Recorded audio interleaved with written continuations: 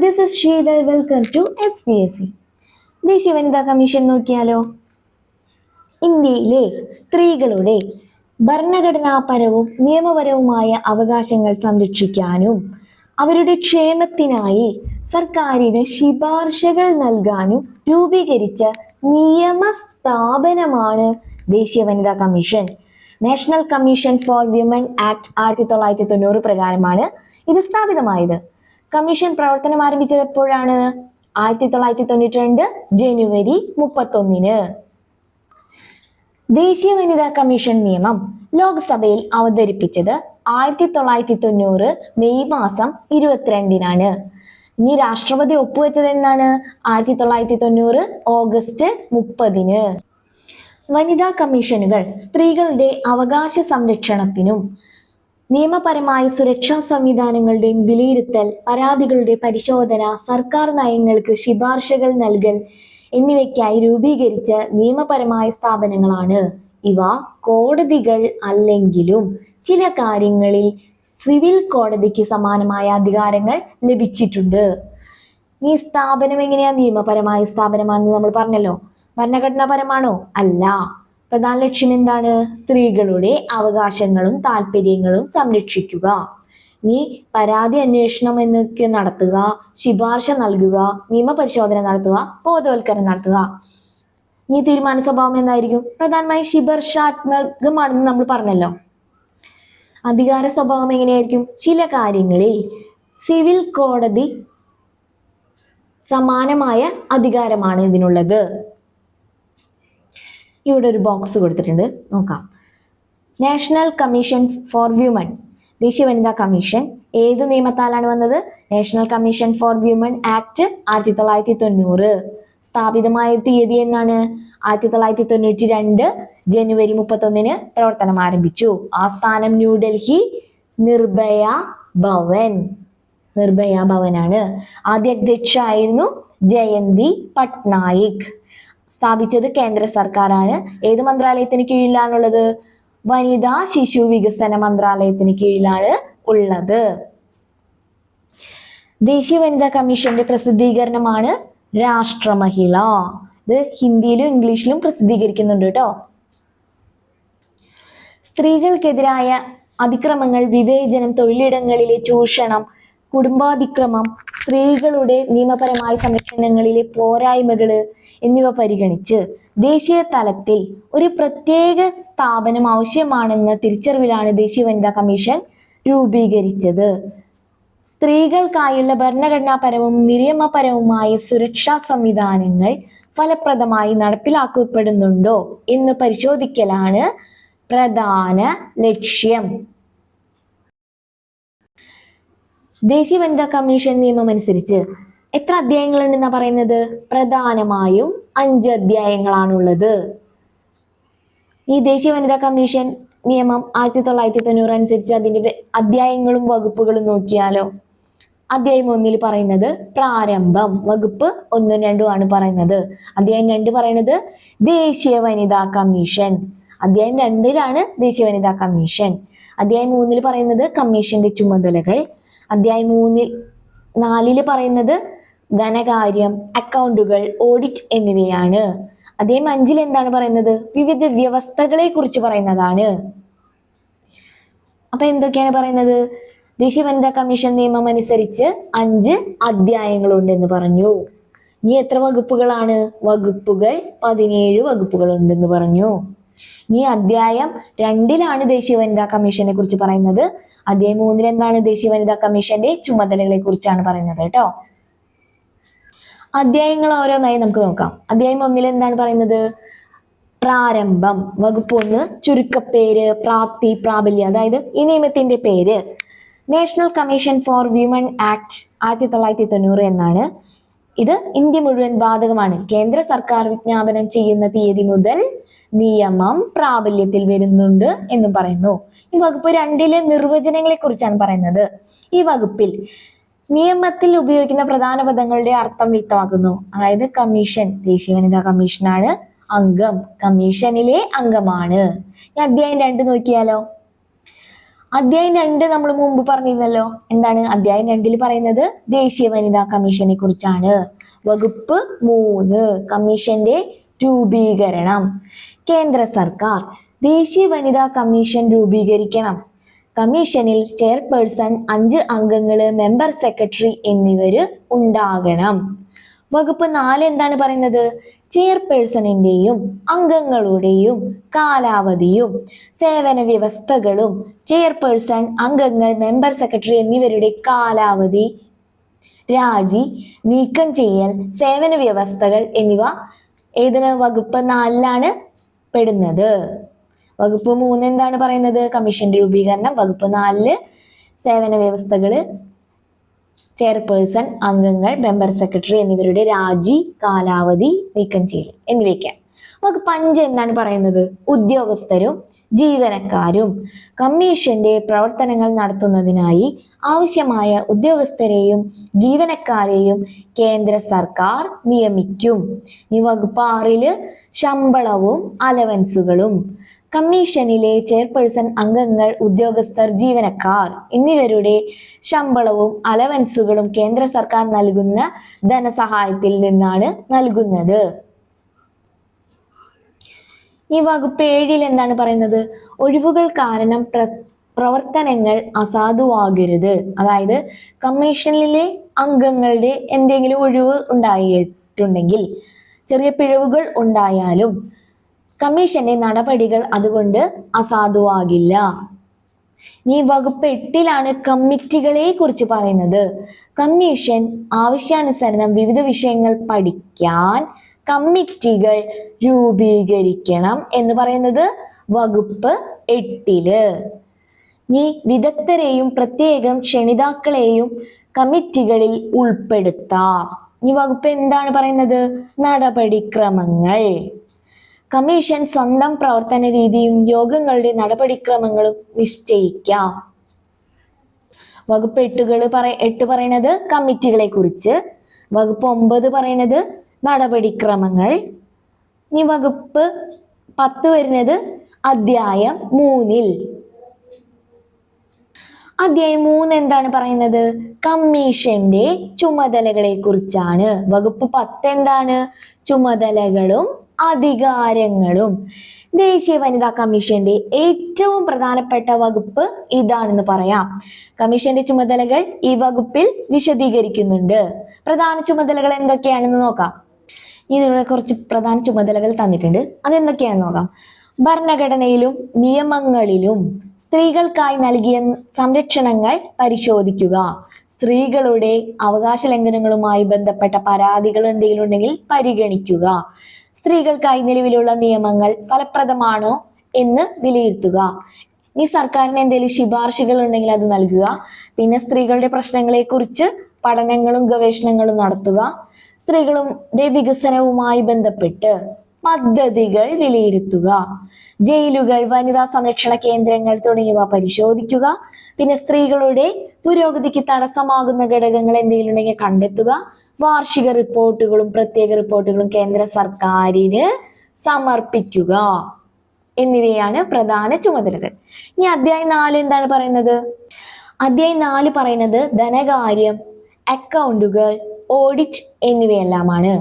വകുപ്പ് 11 പറയുന്നത് കേന്ദ്ര സർക്കാരിന്റെ ധനസഹായം.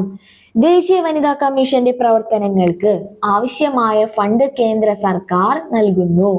ഈ വകുപ്പ് 12 അക്കൗണ്ടുകളും ഓഡിറ്റും. കമ്മീഷൻ വരവ് ചെലവുകളുടെ കൃത്യമായ അക്കൗണ്ടുകൾ സൂക്ഷിക്കണം. അക്കൗണ്ടുകൾ controller and auditor general of ഇന്ത്യയുടെ മാനദണ്ഡങ്ങൾ അനുസരിച്ച് ഓഡിറ്റ് ചെയ്യപ്പെടുന്നു. അവസാനമാണ് അധ്യായം 5 പറയുന്നത്. അധ്യായം 5 എന്താണ്? വിവിധ വ്യവസ്ഥകൾ. വകുപ്പ് 13 പറയുന്നത് വാർഷിക റിപ്പോർട്ട്. കമ്മീഷൻ ഓരോ വർഷവും തങ്ങളുടെ പ്രവർത്തനങ്ങൾക്കനുസരിച്ചുള്ള വാർഷിക റിപ്പോർട്ട് കേന്ദ്ര സർക്കാരിന് സമർപ്പിക്കണം. വകുപ്പ് 14 എന്താണ് പറയുന്നത്? റിപ്പോർട്ടുകൾ പാർലമെന്റിൽ സമർപ്പിക്കൽ. അതാണ് വകുപ്പ് 14. കമ്മീഷന്റെ വാർഷിക റിപ്പോർട്ടും ഓഡിറ്റ് റിപ്പോർട്ടും കേന്ദ്ര സർക്കാർ പാർലമെന്റിന്റെ ഇരുസഭകളിലും സമർപ്പിക്കണം. വകുപ്പ് 15 പറയുന്നത് നല്ല വിശ്വാസത്തിൽ ചെയ്ത നടപടികൾക്ക് സംരക്ഷണം. നിയമപ്രകാരം നല്ല വിശ്വാസത്തിൽ ചെയ്ത നടപടികൾക്കെതിരെ ചെയർപേഴ്സൺ, അംഗങ്ങൾ, ഉദ്യോഗസ്ഥർ എന്നിവർക്ക് നിയമപരമായ സംരക്ഷണം ലഭിക്കുന്നു. ഈ വകുപ്പ് 16 പൊതുജനസേവകർ. കമ്മീഷന്റെ ചെയർപേഴ്സൺ, അംഗങ്ങൾ, ഉദ്യോഗസ്ഥർ, ജീവനക്കാർ എന്നിവർ ഇന്ത്യൻ ശിക്ഷാ നിയമപ്രകാരം പൊതുജനസേവകരായി കണക്കാക്കപ്പെടുന്നു. വകുപ്പ് 16 എന്താണ് പറയുന്നത്? കമ്മീഷന്റെ ചെയർപേഴ്സൺ, അംഗങ്ങള്, ഉദ്യോഗസ്ഥര്, ജീവനക്കാർ എന്നിവർ ഇന്ത്യൻ ശിക്ഷാ നിയമപ്രകാരം പൊതുജനസേവകരായി കണക്കാക്കപ്പെടുന്നുണ്ട്. വകുപ്പ് 17 എന്താണ് പറയുന്നത്? ചട്ടങ്ങൾ നിർമ്മിക്കാനുള്ള അധികാരം. ഈ നിയമം നടപ്പാക്കുന്നതിനായി കേന്ദ്ര സർക്കാരിന് ചട്ടങ്ങൾ രൂപീകരിക്കാനുള്ള അധികാരമുണ്ട്. ദേശീയ വനിതാ കമ്മീഷൻ കൈകാര്യം ചെയ്യുന്ന പ്രധാന വിഷയങ്ങൾ എന്തൊക്കെയാണെന്ന് നോക്കാം. വനിതകൾക്കെതിരായ ഗാർഹിക പീഡനം, വരദക്ഷിണ അതായത് സ്ത്രീധന പീഡനം, പിന്നെ ലൈംഗികാതിക്രമം, തൊഴിൽ സ്ഥലത്തെ ലൈംഗിക പീഡനം, സ്ത്രീകളുടെ സ്വത്തവകാശ പ്രശ്നങ്ങള്, വിവാഹവും വിവാഹമോചനവുമായി ബന്ധപ്പെട്ട പരാതികള്, സ്ത്രീകളുടെ മനുഷ്യക്കടത്ത്, ബലാത്സംഗം, ആസിഡ് ആക്രമണം തുടങ്ങിയ ഗുരുതര കുറ്റങ്ങള്, NRI വിവാഹങ്ങളുമായി ബന്ധപ്പെട്ട പ്രശ്നങ്ങള്, പോലീസ് അല്ലെങ്കിൽ ഭരണകൂടത്തിന്റെ അനാസ്ഥയുമായി ബന്ധപ്പെട്ട പരാതികള്. ദേശീയ വനിതാ കമ്മീഷൻ കൈകാര്യം ചെയ്യുന്ന പ്രധാന വിഷയങ്ങളാണ് ഇവയൊക്കെ. ദേശീയ വനിതാ കമ്മീഷൻ നിയമം അനുസരിച്ച് ദേശീയ വനിതാ കമ്മീഷനിൽ എത്ര അംഗങ്ങൾ ഉണ്ടാകുമെന്ന് നോക്കാം. ചെയർപേഴ്സൺ സ്ത്രീകളുടെ കാര്യങ്ങളിൽ പരിചയസമ്പന്നയായ അല്ലെങ്കിൽ പ്രഗത്ഭയായ വ്യക്തി. പിന്നെ മെമ്പേഴ്സ് 5 പേരുണ്ടാകും. പിന്നെ ഒരു മെമ്പർ സെക്രട്ടറി കൂടി ഉണ്ടാകും. ഭരണപരിചയം, സാമൂഹ്യ പ്രവർത്തന പരിചയം ഉള്ള വ്യക്തി അല്ലെങ്കിൽ കേന്ദ്ര സർക്കാർ ഉദ്യോഗസ്ഥൻ. അംഗങ്ങളുടെ പ്രത്യേകതകൾ എന്തൊക്കെയാണെന്ന് നോക്കാം. 5 അംഗങ്ങളെ കേന്ദ്ര സർക്കാർ നാമനിർദ്ദേശം ചെയ്യുന്നു. കേന്ദ്ര സർക്കാരാണ് നാമനിർദ്ദേശം ചെയ്യുന്നത്. നിയമം, തൊഴിലാളി ക്ഷേമം, വനിതാ വിദ്യാഭ്യാസം, സാമൂഹ്യ പ്രവർത്തനം, ഭരണനിർവഹണം, സാമ്പത്തിക വികസനം, വനിതാ സംരക്ഷണം തുടങ്ങിയ മേഖലകളിലെ പരിചയം ഇതിനായി പരിഗണിക്കുന്നുണ്ട്. അംഗങ്ങളിൽ കുറഞ്ഞത് ഒരാൾ പട്ടികജാതി വിഭാഗത്തിൽ നിന്നും ഒരാൾ പട്ടികവർഗ വിഭാഗത്തിൽ നിന്നും ആയിരിക്കണമെന്നും നിയമത്തിൽ പറയുന്നുണ്ട്. ചെയർപേഴ്സൺ, മെമ്പേഴ്സ്, മെമ്പർ സെക്രട്ടറി എന്നിവരെ കേന്ദ്ര സർക്കാരാണ് നിയമിക്കുന്നത്. ഇനി കാലാവധി എത്രയാന്ന് നോക്കാം. സ്ത്രീകൾക്ക് വേണ്ടി ഒരു ദേശീയ വനിതാ കമ്മീഷൻ രൂപീകരിക്കണമെന്ന് പ്രതിപാദിക്കുന്ന സെക്ഷനാണ് 3(1). ഈ കമ്മീഷനിലെ അംഗങ്ങളെ കുറിച്ച് പ്രതിപാദിക്കുന്ന സെക്ഷൻ ഏതാ? 3(2) നോക്കി വെച്ചേക്കണേ.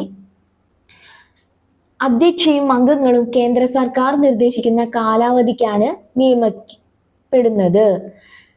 NCW ആക്ട് പ്രകാരം പരമാവധി കാലാവധി 3 വർഷമാണ്. ദേശീയ വനിതാ കമ്മീഷന്റെ പ്രധാന പ്രവർത്തനങ്ങൾ എന്തൊക്കെയാണ്? ഭരണഘടനാപരവും നിയമപരവുമായ സംരക്ഷണങ്ങളുടെ പരിശോധന. സ്ത്രീകൾക്കായി നിലവിലുള്ള ഭരണഘടനാപരവും നിയമപരവുമായ സംരക്ഷണങ്ങൾ ശരിയായി പ്രവർത്തിക്കുന്നുണ്ടോ എന്ന് പരിശോധിക്കുക. കേന്ദ്ര സർക്കാരിന് റിപ്പോർട്ട് സമർപ്പിക്കൽ. സ്ത്രീകളുടെ അവസ്ഥ, അവകാശ ലംഘനങ്ങൾ, നിയമ സംരക്ഷണങ്ങളുടെ ഫലപ്രാപ്തി തുടങ്ങിയ കാര്യങ്ങളിൽ കേന്ദ്ര സർക്കാരിന് വാർഷിക റിപ്പോർട്ടുകളും പ്രത്യേക റിപ്പോർട്ടുകളും സമർപ്പിക്കുന്നു. നിയമങ്ങളിൽ ഭേദഗതി എന്തെങ്കിലും ചെയ്യുന്നുണ്ടെങ്കിൽ അതിന് ശുപാർശകൾ നൽകൽ. സ്ത്രീകൾക്ക് അനുകൂലമല്ലാത്തതോ പോരായ്മകൾ ഉള്ളതോ ആയ നിയമങ്ങളിൽ ഭേദഗതി വരുത്താൻ ശുപാർശ നൽകുന്നു. പരാതികൾ പരിശോധിക്കുകയും സ്വീകരിക്കുകയും ചെയ്യുക. അതായത് സ്ത്രീകളുമായി ബന്ധപ്പെട്ട പരാതികൾ എന്തെങ്കിലും ഉണ്ടെങ്കിൽ അതിന് അന്വേഷണം നടത്താനൊക്കെ പറയുന്നു. 5 എന്താ പറയുന്നത്? സുവോമോട്ടോ ഇടപെടൽ. മാധ്യമ റിപ്പോർട്ടുകൾ, പൊതു ചർച്ചകൾ, സാമൂഹിക പ്രശ്നങ്ങൾ എന്നിവയുടെ അടിസ്ഥാനത്തിൽ സ്വമേധയാ കേസുകൾ പരിശോധിക്കാം. സ്ത്രീകൾക്കെതിരായ അതിക്രമങ്ങളിൽ ഇടപെടൽ, അതായത് കുടുംബാതിക്രമം, ലൈംഗികാതിക്രമം, വരദക്ഷിണ പീഡനം, തൊഴിലിടങ്ങളിലെ ചൂഷണം, സ്വത്തവകാശ നിഷേധം തുടങ്ങിയ വിഷയങ്ങളിൽ ഇടപെടാം. 7. ജയിൽ സംരക്ഷണ കേന്ദ്രങ്ങൾ തുടങ്ങിയവ സംരക്ഷിക്കൽ. സ്ത്രീകൾ താമസിക്കുന്ന ജയിലുകൾ, റിമാൻഡ് ഹോമുകൾ, സംരക്ഷണ കേന്ദ്രങ്ങൾ, ഹോസ്റ്റലുകൾ തുടങ്ങിയവ പരിശോധിച്ച് അവയെ വിലയിരുത്താം. ഇനി 8 പറയണത് ഗവേഷണങ്ങളും പഠനങ്ങളും നടത്താമെന്ന്. 9 പറയണത് ബോധവൽക്കരണം. സ്ത്രീകളുടെ അവകാശങ്ങൾ,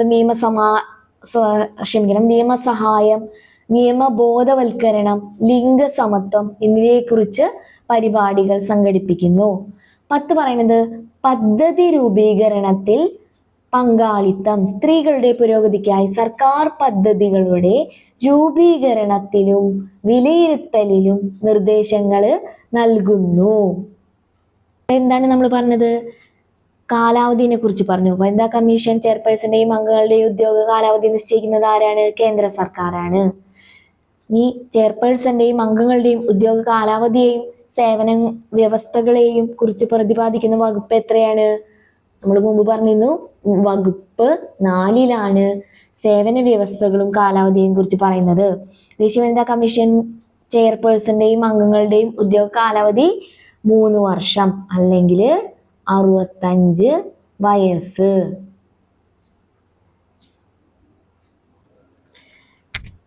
ദേശീയ വനിതാ കമ്മീഷനിലെ അംഗങ്ങളെയും ചെയർപേഴ്സണെയും നിയമിക്കുന്നത് കേന്ദ്ര സർക്കാരാണെന്ന് പറഞ്ഞല്ലോ. രാജിക്കത്ത് സമർപ്പിക്കുന്നതും കേന്ദ്ര സർക്കാരിനാണ്. അപ്പൊ നിയമിക്കുന്നതും രാജിക്കത്ത് സമർപ്പിക്കുന്നതും കേന്ദ്ര സർക്കാരിന്.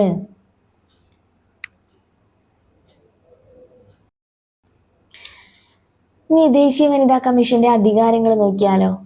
എന്താണ് നമ്മൾ മുമ്പ് പറഞ്ഞത്? ദേശീയ വനിതാ കമ്മീഷന് ചില വിഷയങ്ങളിൽ സിവിൽ കോടതിക്ക് സമാനമായ അധികാരങ്ങളുണ്ടെന്ന് പറഞ്ഞിരുന്നു. എന്തൊക്കെ അധികാരങ്ങൾ നോക്കാം. സമണിങ്, അതായത് വ്യക്തികളെ ഹാജരാക്കാൻ വിളിപ്പിക്കാം. സത്യവാങ്മൂലത്തിലൂടെ തെളിവുകൾ സ്വീകരിക്കാം. രേഖകൾ സമർപ്പിക്കാൻ നിർദ്ദേശിക്കാം. പൊതുരേഖകൾ എന്തെങ്കിലും ഉണ്ടെങ്കിൽ ആവശ്യപ്പെടാം. സാക്ഷികളെ ചോദ്യം ചെയ്യാം. ഈ കമ്മീഷൻ എന്ന് പറയുന്നത് സാക്ഷി രേഖ പരിശോധനയ്ക്കായി കമ്മീഷൻ നിയോഗിക്കൽ. ദേശീയ വനിതാ കമ്മീഷൻ ഒരു നിയമപരമായ സ്ഥാപനമാണ്. കോടതി അല്ല. ശിക്ഷ വിധിക്കാനുള്ള നേരിട്ടുള്ള അധികാരമില്ല. ശുപാർശകൾ, റിപ്പോർട്ടുകൾ, അന്വേഷണങ്ങൾ, ഇടപെടലുകൾ എന്നിവയാണ് പ്രധാന പ്രവർത്തന രീതി. സർക്കാർ, പോലീസ്, മറ്റധികാരികൾ എന്നിവരോട് നടപടി ആവശ്യപ്പെടാം. ഈ ദേശീയ വനിതാ കമ്മീഷന്റെ പ്രധാന നിയമങ്ങളും നോക്കിയാലോ. ദേശീയ വനിതാ കമ്മീഷൻ സ്ത്രീകളുമായി ബന്ധപ്പെട്ട നിരവധി നിയമങ്ങളുടെ ഫലപ്രാപ്തി നിരീക്ഷിക്കുകയും ഭേദഗതിക്ക് ശുപാർശ നൽകുകയും ചെയ്യുന്നു. അവ എന്തൊക്കെയാണെന്ന് നോക്കാം. ഡവറി പ്രൊഹിബിഷൻ ആക്ട് 1961 എന്താണ് പറയുന്നത്? വരദക്ഷിണ നിരോധനം, സ്ത്രീധനം നിരോധനം. ഇനി protection of woman from domestic violence act 2005 കുടുംബാതിക്രമത്തിൽ നിന്ന് സംരക്ഷണം. Sexual harassment of woman act, work place act 2013 തൊഴിലിടങ്ങളിലെ ലൈംഗികാതിക്രമം തടയൽ. ഇനി സ്ത്രീകൾക്കെതിരായ കുറ്റകൃത്യങ്ങൾക്ക് ശിക്ഷ. സ്ത്രീകളുടെ അപമാനകരമായ ചിത്രീകരണം തടയൽ. അതെന്താ പറയുന്നത്? Indecent representation of woman act 1986. ഇനി സ്ത്രീകളുടെ സ്വത്തവകാശം. Prohibition of child marriage act എത്രയാണ്? 2006 വരുന്നത്. ബാലവിവാഹ നിരോധനം. എന്തൊക്കെയാണ് നമ്മൾ പറഞ്ഞത്? ദേശീയ വനിതാ കമ്മീഷന്റെ അധികാരങ്ങൾ എന്തൊക്കെയാണ്? സാക്ഷികളെ വിളിച്ചു വരുത്തല്, അതായത് വ്യക്തികളെ ഹാജരാക്കാനും സാക്ഷ്യം സ്വീകരിക്കാനും കഴിയും. പിന്നെ രേഖകൾ ആവശ്യപ്പെടാം. സത്യവാങ്മൂലത്തിന്മേൽ സ്വീകരിക്കാം. പിന്നെ പൊതുരേഖകൾ പരിശോധിക്കാം. കമ്മീഷൻ നിയോഗിക്കൽ. സാക്ഷികളെ പരിശോധിക്കാൻ കമ്മീഷന് അധികാരമുണ്ട്. ഈ വനിതാ കമ്മീഷന്റെ ചുമതലകളെ കുറിച്ച് പറയുന്ന അധ്യായം എത്രയാണ്? അധ്യായം 3 ചുമതലകൾ പറയുന്നത്. അധ്യായം 3 ചുമതലകള്. ഇനി കമ്മീഷന്റെ ചുമതലകളെ കുറിച്ച് പരാമർശിക്കുന്ന വകുപ്പ് എത്രയാണ്? വകുപ്പ് 10. വകുപ്പ് 10 കമ്മീഷന്റെ ചുമതലകളെ കുറിച്ച് പറയുന്നത്. നമ്മൾ പ്രധാന പോയിന്റുകൾ നോക്കിയാലോ. ദേശീയ വനിതാ കമ്മീഷൻ രൂപീകരിച്ച നിയമം national commission for women act 1990. പ്രവർത്തനം എന്നാണ് ആരംഭിച്ചത്? 1992 ജനുവരി 31. ദേശീയ വനിതാ കമ്മീഷന്റെ ആസ്ഥാനം ഏതാ? ന്യൂഡൽഹി, നിർഭയ ഭവൻ. ഈ കമ്മീഷൻ നിയമിക്കുന്നത് ആരായിരിക്കും? കേന്ദ്ര സർക്കാരാണ്. കമ്മീഷൻ നിയമപരമായ സ്ഥാപനമാണ്. ദേശീയ വനിതാ കമ്മീഷൻ നിയമപരമായ സ്ഥാപനമാണ്. ചെയർപേഴ്സൺ ഒരാളാണ് ഉണ്ടാവുക. കമ്മീഷനിൽ എത്ര അംഗങ്ങളാണ്? 5 അംഗങ്ങൾ. ഒരു മെമ്പർ സെക്രട്ടറി കൂടി ഉണ്ട്. നിയമത്തിൽ എത്ര അധ്യായങ്ങൾ ഉണ്ടെന്ന് പറഞ്ഞു? 5 അധ്യായങ്ങൾ. ദേശീയ വനിതാ കമ്മീഷനിൽ 5 അധ്യായങ്ങൾ ഉണ്ടെന്ന് പറഞ്ഞു. എത്ര വകുപ്പുകള്? 17 വകുപ്പുകള്. കമ്മീഷന്റെ ചുമതലയെ കുറിച്ച് പറയുന്ന വകുപ്പ് 10. വാർഷിക റിപ്പോർട്ടുമായി ബന്ധപ്പെട്ട വകുപ്പ് എത്രയാ? വകുപ്പ് 13. റിപ്പോർട്ട് പാർലമെന്റിൽ സമർപ്പിക്കണം എന്ന് പറയുന്നത് എത്രയാ? വകുപ്പ് 14. ചട്ടങ്ങൾ നിർമ്മിക്കാം എന്ന് പറയുന്നത് എത്രയാ? വകുപ്പ് 17. സ്ത്രീകളെ സംബന്ധിക്കുന്ന നയപരമായ പ്രധാനപ്പെട്ട എല്ലാ വിഷയങ്ങളിലും കേന്ദ്ര സർക്കാർ വനിതാ കമ്മീഷനുമായി കൂടിയാലോചിക്കണം എന്ന് പറയുന്ന സെക്ഷനാണ് സെക്ഷൻ 16. സ്ത്രീകളെ സംബന്ധിക്കുന്ന എന്തെങ്കിലും കാര്യങ്ങളുണ്ടെങ്കിൽ അല്ലെങ്കിൽ എന്തെങ്കിലും വിഷയങ്ങളിലും കേന്ദ്ര സർക്കാർ വനിതാ കമ്മീഷനുമായി കൂടിയാലോചിക്കണം എന്ന് പറയുന്ന സെക്ഷനാണ് സെക്ഷൻ 16. ചെയർപേഴ്സണെയും അംഗങ്ങളെയും പുറത്താക്കാനുള്ള കാരണങ്ങൾ പറയുന്ന സെക്ഷനാണ്. ചെയർപേഴ്സണെയും അംഗങ്ങളെയും പുറത്താക്കാനുള്ള കാരണങ്ങൾ പറയുന്നത് ഏത് സെക്ഷനിലാ? സെക്ഷൻ 4(3) സെക്ഷൻ 4(3) ചെയർപേഴ്സണെയും അംഗങ്ങളെയും പുറത്താക്കാനുള്ള കാരണങ്ങൾ. ഏതൊക്കെ കാരണങ്ങൾ നോക്കാം. പാപ്പരായി മാറിയാൽ, അതായത് നിർധനനായി തീരുക.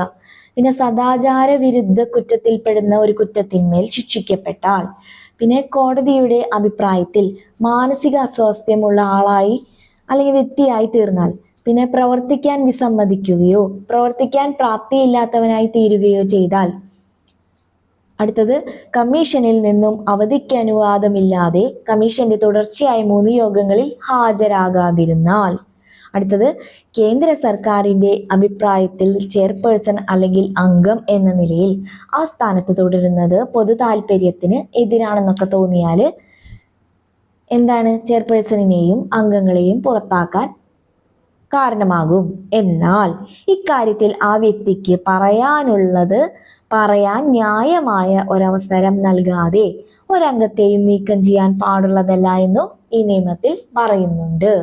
അപ്പൊ ചെയർപേഴ്സണെയും അംഗങ്ങളെയും പുറത്താക്കാനുള്ള കാരണങ്ങൾ പെടുന്ന സെക്ഷനാണ് സെക്ഷൻ 4(3).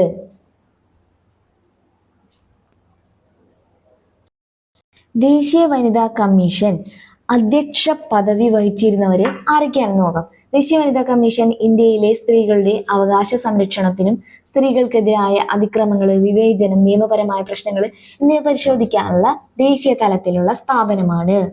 ഇനി ആരൊക്കെയായിരുന്നു എന്ന് നോക്കാം. ആരൊക്കെയാണ്?